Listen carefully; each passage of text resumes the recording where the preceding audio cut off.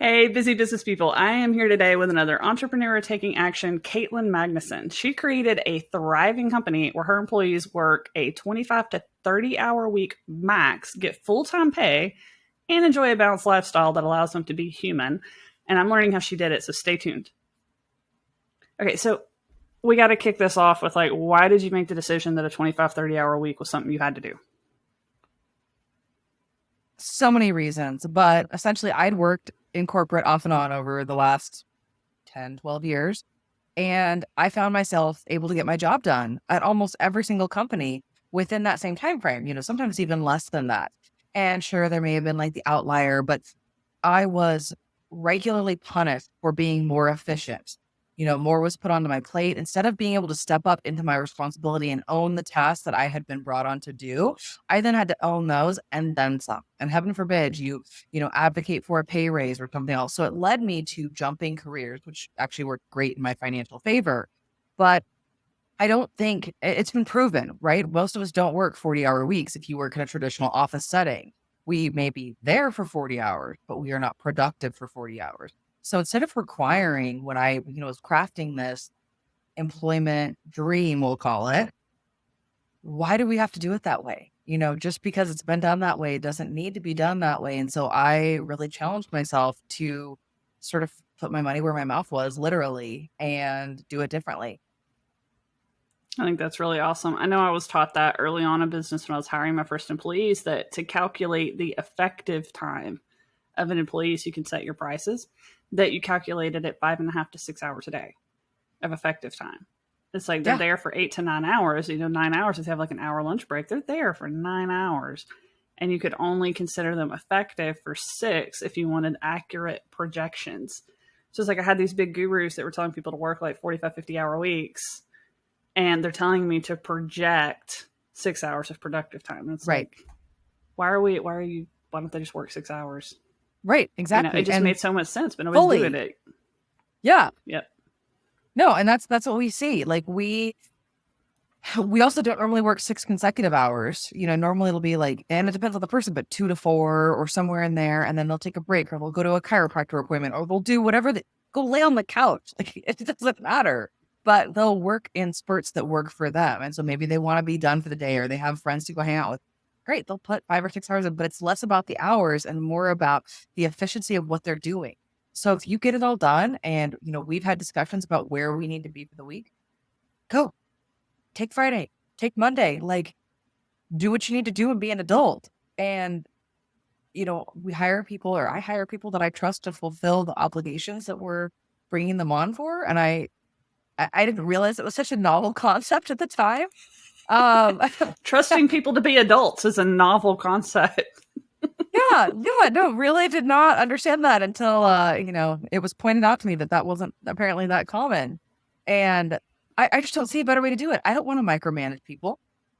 I work with other business owners. Maybe that's being, an entrepreneur from the get-go is like, I want you to come in with a level of ownership, right?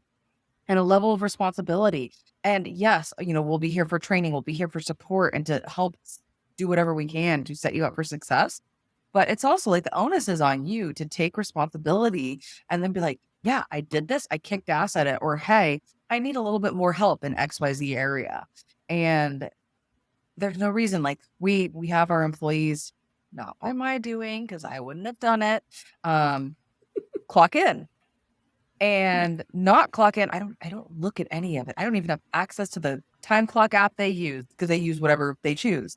But to make sure that they're not exceeding those hours. And if they are, because so many of us come from workaholic or traditional workforce backgrounds, we have a conversation. Okay, are you bumping up against 32 hours every week of like actual active time? Let's chat. Did you hit more than that? Do we need to reconfigure? Do we need to hire? Do we have systems that aren't working or are broken? Is there a bottleneck somewhere? And I had never planned to do that. And so I was like, well, yeah, just work less than that. Why would you? I hate clocking my time. Hate it with passion. Yep. And my second in command, Alicia, was like, yeah, but I really do it because I think a lot of us might work more. And I was like, oh, that's really fair. Yeah, I know that's something that I've always struggled with personally is because I'm the same way. I don't want to clock time. I don't care. If I give you work to do and the work gets done for the week, then I don't care. I don't care when you work. Go do your kids' thing. Go, whatever. And it's one thing I've learned. I have my second in command at both of the companies. Like Ashley does Sparkative and Crystal does as Content Ninjas. And they tell me to be harder than what I want to be. I think that speaks a lot to hiring the right people. Yes. Hiring, let's see, what's the term? Intrapreneurs, I think is what people are calling them now. That is, so they have entrepreneurial mindset, but they don't want to run the thing. They will run a piece of the thing.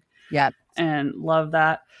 So like you also said, like your workforce is remote and they're being really like, you're being flexible with their schedules. And so how has that improved things like employee retention, employee satisfaction? Like, do you know anything about how that's working? Yeah. So I'll be really interested to see this in a few years from now, because we've been doing this for just shy of a year now.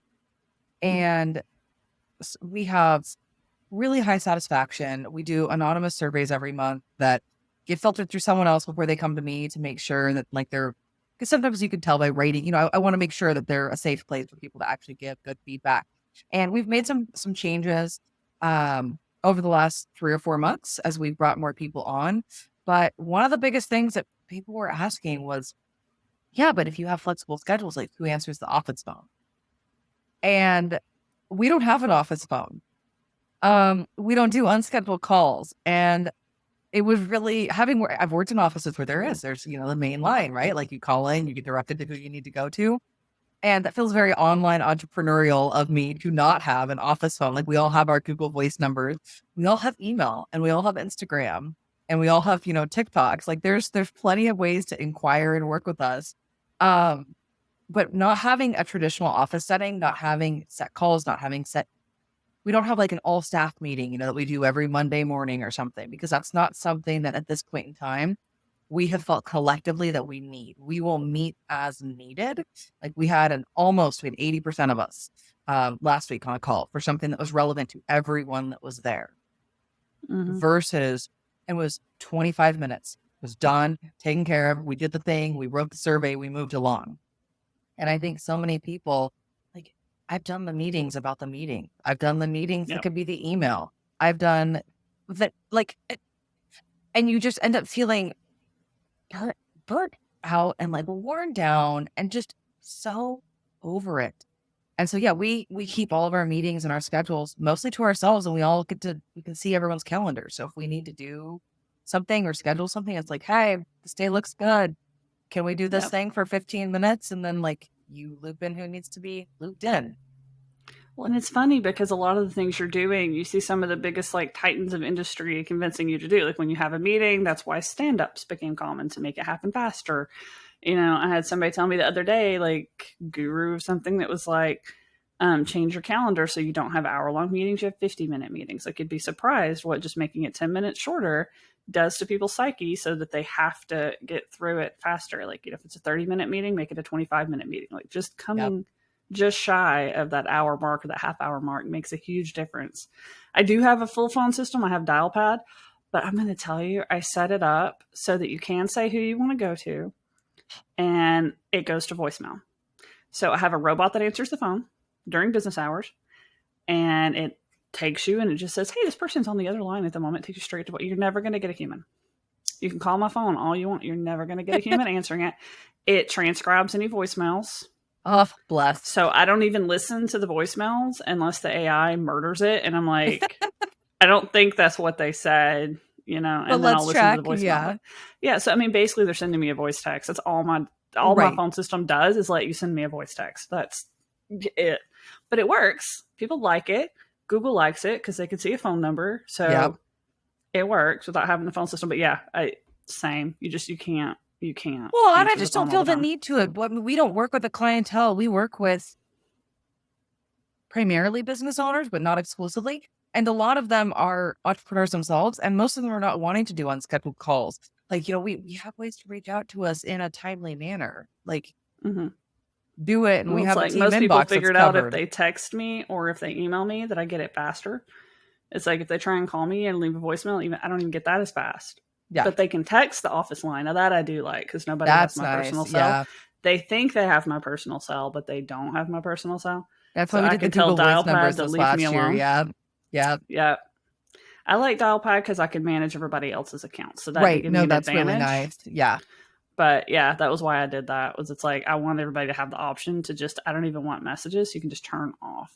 So it's like I love a lot of that. Oh, my video did a thing. Okay.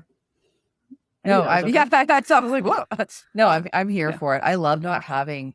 I think being an introvert for me, unscheduled calls is one of the worst Oh stressors yeah. that I deal with. And so that has been so nice. And that might be your dialpad may be a really good option for us going forward. But yeah, like just there have been I so many hated when the things that, phone would ring. I oh my would cringe God. so bad Yeah. when the phone would ring. That was why I hired my first person, honestly. Like when I hired Ashley, I was like, I cannot ever answer the phone. Like, Yes. I will not answer the phone. I'm like, if you're afraid of the phone, we have a problem. Like, I don't even make phone calls. I don't want to be on the phone. Well, She's and like, it no, I don't pulls have a you out problem of with what the you're phone. doing too, which makes Yeah. me crazy from like a productivity and like if I'm in the zone, I'm in the zone. Like I don't want to be sitting here taking a call. I want to be able to do the thing. And then absolutely like I'm not gone for hours and hours and hours. Like I will get back to you, but none of what we do is life and death emergency. So Yeah. like within a couple hours, totally reasonable. Yeah. And I mean, I think that's something a lot of people really could learn too, is to just be a little bit more aggressively protective of your time. Like, I mean, I even went through and made my Calendlies where my default meetings are 2 weeks out. Yep. You cannot book me. I have some links I can send to people if there is a situation where they need me Right. sooner, where they can break into that. But even that is 24 hours. You cannot, I need to Oh yeah. know when I wake up that morning, this is who I'm talking to today, and that doesn't need to change. It just Yes. messes with me. I can't do it. So, Yep. like, speaking of all this, there's a lot of freedom and stuff in here. Like, do you have trouble finding employees? Because I know a lot of people can't even imagine with their current staff if they made the shift. I am overwhelmed with job applicants from that TikTok, but I was overwhelmed with job applicants before. We had over 1,000 people apply for jobs that we don't even have openings for at this point in time. We're not actively hiring right now. And it was just whether they're the right people or not, I don't know. You know, we'll be reaching out to that list first, but like we have, I'm not going to say I've stolen. I have wooed very easily. It has taken no effort to woo employees. Most of them are like, pick me, please. I have all these things. I will do all the things. And a lot of them like had multiple jobs and have been able to leave multiple jobs, and they have this job because they don't have to. Like Alicia still has a photography business because she really loves it. She does it part-time. It's a passion of hers. She's not doing it because she has to do it now, but she had 3 jobs before and photography business and was still making less than she's making now. Like that's embarrassing, not for her, but for her employers. Yeah. And so, yes, no, we don't have a problem finding people. We have been really specific with making sure we're bringing on the right personality fits, not only with our team, but also, I mean, with me and with the way that, depending on who they interface with, and with the way that they work and structure their time. Because I think that's the most important is you have to be willing. None of our employees are spoon-fed. There's a difference, in my opinion, between, you know, training and setting someone up for success and waking up every morning and saying, hey, so-and-so, I need you to do these 35 things in exactly this order in this way. That's not how I work. And that's not the right fit for someone that might work in a different company that had a similar work structure. I don't see it working that way as much because I think there'd be a lot of wasted hours in management. Yeah, definitely. I mean, I think that's kind of the challenge with that, right? Is you have to hire the right people. You do have to put a little bit more effort into fit and finding people that aren't going to take advantage of you. I think that's one thing, like people that I've talked to that are afraid of, you know, deviating from the 40-hour week or letting their employees work remote. Like I've seen so many videos where people are literally being micromanaged to the point that their mouse movement, you know, is what says that they're and on they'll the like clock. set And a people are bot or hacking that. something or yeah. I saw one that they put their mouse on the Roomba and was letting it go around the room. See, Another one they like that's attached it to horrid. a fan and a stick so that the fan going Would was rotate. moving them out. It's like if you have to do that to prove to your employer that You're hiring doing the your wrong job, people like and you're wow. and you're at the wrong place. Yeah. No, I bring on people because I trust you. Like we said, I trust you to do the job. Yep. If I trust you to do the job, I trust you to be, and we work really closely when we're training employees, you know, to make sure that they're feeling, because it's a different environment, right? A lot of it has been like a brain shift where they're now like, how can I do this so I'm efficient, and then it frees up the rest of my day. And that sometimes can take a little bit of coaxing. Like, no, it's okay. Like, get out, go. Like, you've done the things for the day. Go live your life and like be happy. Or take that Friday off. We don't care. Take the Wednesday off in the middle of the week because you have things to go to. Like, Yeah. I know, like, you know, Crystal's still kind of getting used to it. And I think she's worked with me for a year now. And she's like, I'm not gonna be available this afternoon. I'm like, okay. I won't even remember that you told me that probably because that's just how irrelevant it is. She's like, and I'll probably take a day or two off in a couple weeks. And it's like, okay, have fun, enjoy. Like, that's it. You know, it's like you have Slack. If there's an emergency, I'll get a hold of you. But like, it'll be all right. Like, things can wait a day or two. Like, how has all this affected like your relationship with your clients? Because I know that's another fear a lot of business owners have if they're considering something like this. Is, you know, well, clients aren't going to like it if they can't reach somebody, or if it's taking too long to get their work done, or like, how is that expectation setting? So when it was just primarily myself and a few contractors for team members, we were really clear with clients. You know, there's a certain level of client that gets a quicker guaranteed response. And keep in mind, we are normally responding daily, if not like every couple of hours to clients, going through emails, Voxers, other communications, depending on what we have set up with them. But we set the expectation that there's a 72-hour return time for things. What we do is not life or death. We are doing bookkeeping, we're doing their accounting, we're doing their tax planning. Like, you know, we're doing things that, yes, have deadlines, but we're not working up to the wire on those deadlines.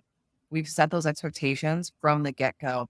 This is the time frame. We build buffer into everything that we do. And then we also always have someone that they can get a hold of via group chats and a group email inbox. So if it is urgent, we let them know. We empower them basically to charge. Copy that person that you normally work with, and then copy this group email. And we've not had any issues with it, but we do. We work with a lot of business owners. We work with a lot of millennials, Gen Z, you know, people that are, I think, understanding and very supportive of us actually, A, paying livable wages, and B, having, you know, jobs that support lifestyles instead of having to have jobs to live. Have you ever had any clients that are completely put off by that when you tell them this is our culture and they're like, no, I don't want to work with you? No, actually. I had to think about it for a minute. Well, years ago when it was just me. Yes. Mm-hmm. And those are clients that whether they were, you know, we could totally do the job. I could do the job. I don't know why it wasn't a we at the time. But I wasn't willing to do that. And so I politely let them know that I'm not the right set for you. Go find someone that you're able to do that, because you're not going to text me. You're not like, there is no, you know, we have lines of communication where we can go check this, but you are not calling me on a Sunday morning at 5 a.m. because you got a tax notice in the mail yesterday that we can't do anything about until Monday anyways. I love that. Like, you're getting so many things right that I don't think you even fully realize that you're getting right. Like, I'm talking to people that have been in business. I'm still learning some of this myself, to be honest. But I've talked to people that have been in business for 15, 20 years, and they're still learning that they can say no to clients. And it's like, that is just a phenomenal thing. You know, I learned it a few years back. It's probably way too long ago now, 7, 8 years ago. I fired something like 32 clients. And what immediately happened on the back end of that is everybody on my team was happy. They were excited because we got rid of everybody that was toxic. Yes. You know, toxic to us. It doesn't mean they were bad people. It doesn't mean they were bad just clients. Not aligned. Toxic to us. And it was like, everybody was just so excited. And that's still like, every time I've let an employee fire their first client, they're just like, really? I can? I don't have to work with them. Yes, it's okay. If they're causing you that much grief, we have the same conversation. Yeah. Yep. Yeet them to the curb. No, we had that conversation. We also had a conversation to like Alicia the other day, because we had a lot of influx in sales calls, right? And she's handling our sales calls from going viral and everything else to the point where like she had 40 calls. She still had her Calendly open for as many occurrences within her open window as possible. You know, she only had a couple days a week. And she was expressing that she was really kind of feeling a little bit exhausted from that. I was like, absolutely, I see that. I can help take some. We can schedule some out. But like right now, why don't we go pick a day and you set a limit? And that is the day that you do those calls. And she was like, yes. Yep. We are flush. Like, we are okay. We also don't take on shitty clients. Obviously every once in a great while we'll find one that's not aligned, or that we change, or their goals change. But it's really few and far between, because we've gotten really good at vetting people that we like. And we Yeah. work with people 99% of the time that we're like, would want to be friends with, outside of, some of them have become friends. But being able to say, like, we'll normally have that conversation where, I'll tell Alicia or someone on the team, I'm like, I'm done. I have washed my hands. I am not a good personality fit with this client. If you want to pursue this relationship and see if it's salvageable, by all means, which again has happened literally twice. But if not, like, you have my blessing. I will let them go, or you can let them go. And this is fine. Yep. Yeah, you have They're a just say. amazed by that. But it's like, the thing we don't think about a lot of times, I think business owners and even employees, is that you're doing that person a favor by letting them go. Because if they're not a fit with you, that means they're Not going to wasting get the time with most. you. They need to go find the person who is a fit. That person is going to give them above and beyond. They're going to enjoy the relationship. They're going to have a great time. Whereas if we keep working with them, it's just like, this is torture for everybody. We hate talking to you. They hate talking to us. It's just like, this is just not working. Well, and that's why we also, like, we don't hard sell ever. Like, that's not my selling strategy. We are here, we have a conversation, and we see if we have aligned goals, and we're like, yeah, we can do this thing. This is what the thing costs, and this is what working with us looks like. I think that the thing would benefit you, but this is your call. And we're not here saying, oh, you need to have this thing, or you're going to, burn and have tax fraud. And, we're not here to fear monger, and we're not here to put people into working with us or convince them, because if you don't want to work with us and you're not sure, you might be sure in 3 years when you've had a time to kind of chill, or you may never be a good fit, but like, that's fine. You can do that. And you may find someone else that's way more aligned for you in the meantime. Like, have that. We're happy for you. There are so many nuggets that have happened on this call. Like, I hope all of our listeners are just replaying this and hearing it again and again and again. Because like I said, maybe you probably really don't even hear it. It's all so the stuff that you're doing. Yeah, but I mean, these are things like, there are experts and gurus standing on stages pounding this into people's heads, that you can say no to clients. You need to have better onboarding processes to vet the right clients. You need to have better hiring processes to find the right employees. Like, you need to get people aligned with your company goals and your vision. There are people making absurd amounts of money every year trying to beat this into people's heads. People paying absurd amounts of money to get this knowledge that you have literally downloaded into their brains in the last 20 minutes. Like, powerful stuff. And I mean, like, I've just been studying business for so many years, so I've heard it and I've seen it a bunch. But like, you're just doing it. You just have a superpower for it. I think that there's so much to be said for unpacking. I mean, I, over the last few years, have been going to therapy and like doing work on myself as well, personally and professionally. And I think a lot of that, I mean, who says which came first, like chicken or egg? But so much of that dovetails with my professional and my business career, and like taking the time to question, is this serving me? But is this serving me across the board? Is this serving our clients, our employees, our business, our lifestyle, like my personal health, my relationship, my mental health? There are so many things. I think my biggest takeaway would be like, question it, and not questioning it. And like, I'm not negative or pessimistic, but like, have you been taught this for years? And like, is this what you think you're supposed to be doing? Great. Is it what you should be doing? Is it the best fit? May not be. I mean, it's like I tell people all the time, like, if you want to be happy and successful, it's 3 things. It's know your superpower, what you're really good at, know the people that you want to spend your days with. If you spent all day, every day with those people, who would they be? Who would make you happy? Then, only then, go invent the service. It may be something that's a spinoff of something that already exists. It may be, whatever, but like, don't get in this box of, just because this is how it's always been sold, this is how, this is a service you've always delivered, that it has to be delivered that way. Yeah. If you're using your superpower, if you're working with the people that you like, if you're happy with what's going on, invent something, and ever since I embraced that, it's just been like, I embraced that probably about 2.5 years ago.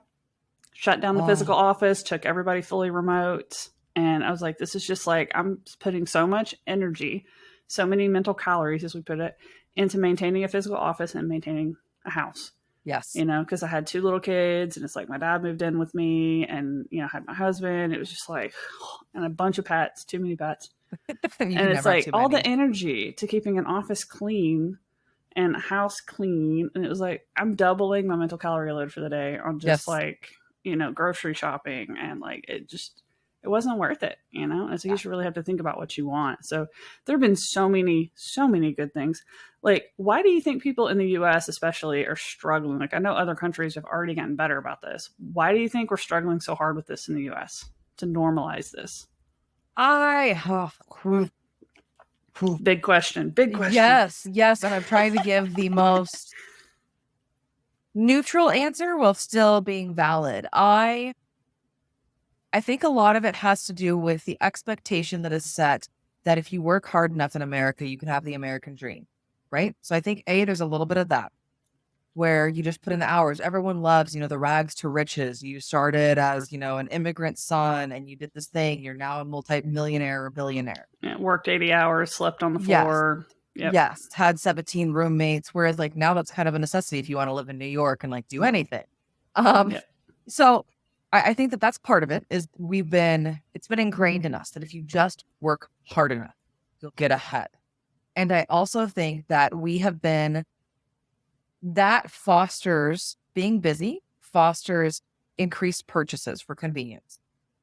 When you have increased purchases for convenience because you don't have time and you have a little bit more money, then you buy things. And then when you buy things, and I'm not saying that buying things are bad. Like I love where I live. I love my things that I have.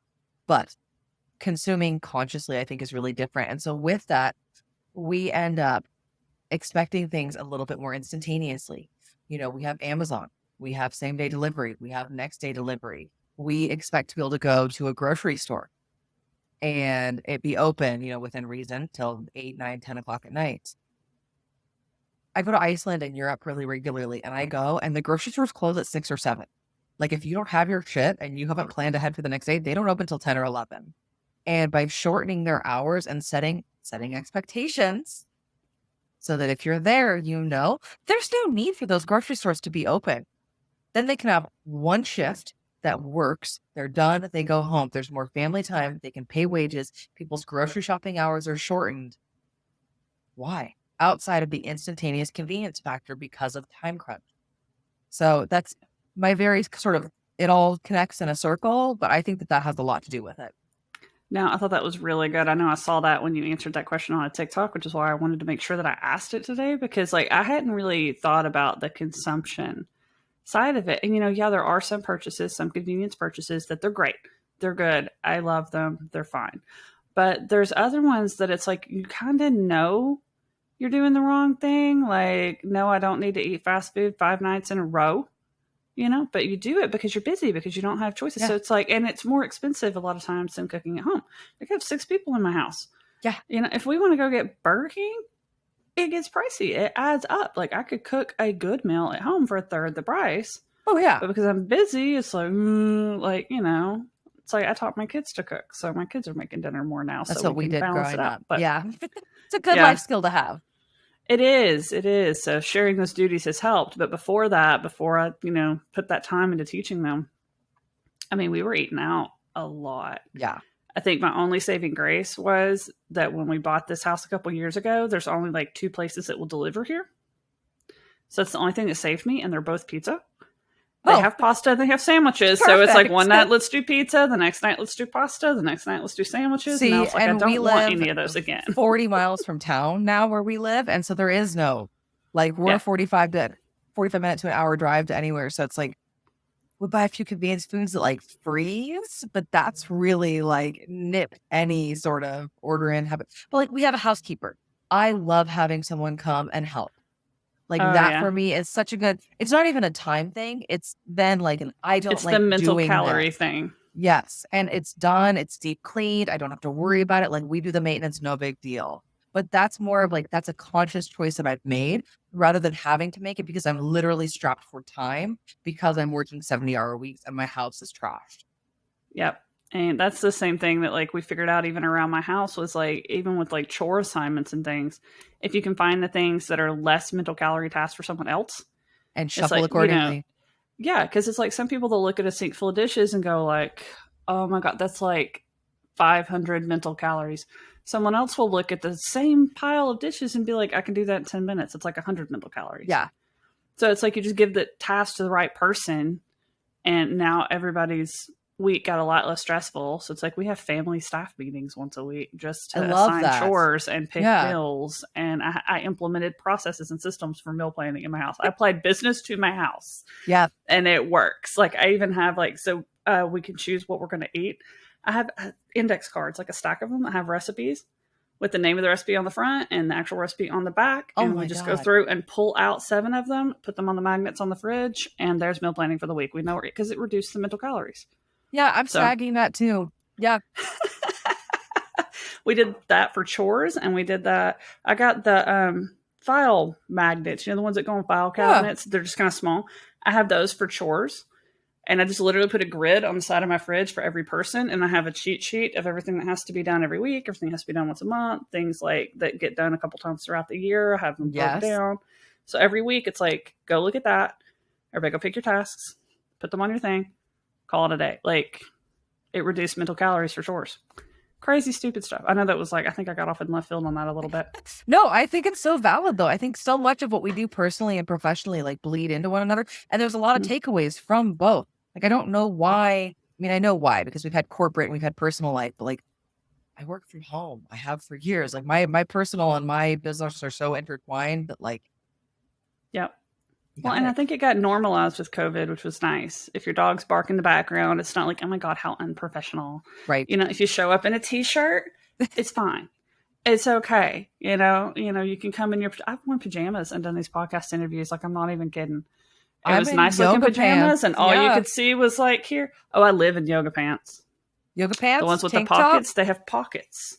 I've got the ones with the pockets. And they have ones that have the big enough pockets to actually fit a full. Yeah, no, I can put down to here on my arm in my pocket. Sometimes when I go walking and it's cold, I'll do that. And then I've got it looks so if I fall one of these days, I'm going to completely skin my face.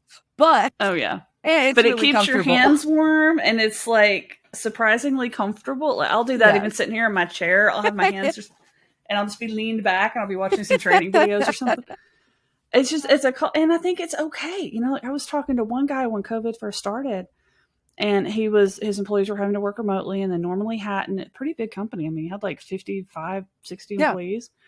He said that if they were on a meeting with a client or in a staff meeting and a kid cried or a dog barked, he would fire them immediately. Wow. This was at the beginning of COVID, where this was not, schools were out, doggy daycares were right. There were no other options. Yeah. And it's he said they had to get someone to come babysit. And it's who are you going to get to come Well, you can't let people into your house. Family members or somebody can't. I'm sure they're really? That's not okay. A little out of touch. It's so weird. Yeah. And it's I don't care. I've had my dogs barking a podcast. If they hear a noise outside, they're going to skitter so loud that you'll hear it and you'll be and trying to rip your headphones off. But it's life. It's just life right now. My thing's a mess behind me, and it's you can worry about that kind of stuff, or you can just get the job done. Yeah. No, that's literally this corner is I have aluminum foil behind me, and then I have a cat box and everything else is all spread behind this. And it's just this is my spot. I was I can be here. I can put a jacket on. Done. That is it. But yeah, I take all my calls mostly with the cat in my arms because he won't do that. And it's just. Yep. I've finally got my dogs taught to mostly lay down here. But if Lila decides that, she's are you paying attention to me? She will literally try and jump in my lap. And she is not a lap dog. She's fairly big. So, but yeah, I think it's just, I love that we've had a lot of tips on here for people that it's normalize normal. I kind of feel like we don't have to hide life to be good in business. Yes. It's about the only thing that I ask people to do when they're working with me is get a good mic.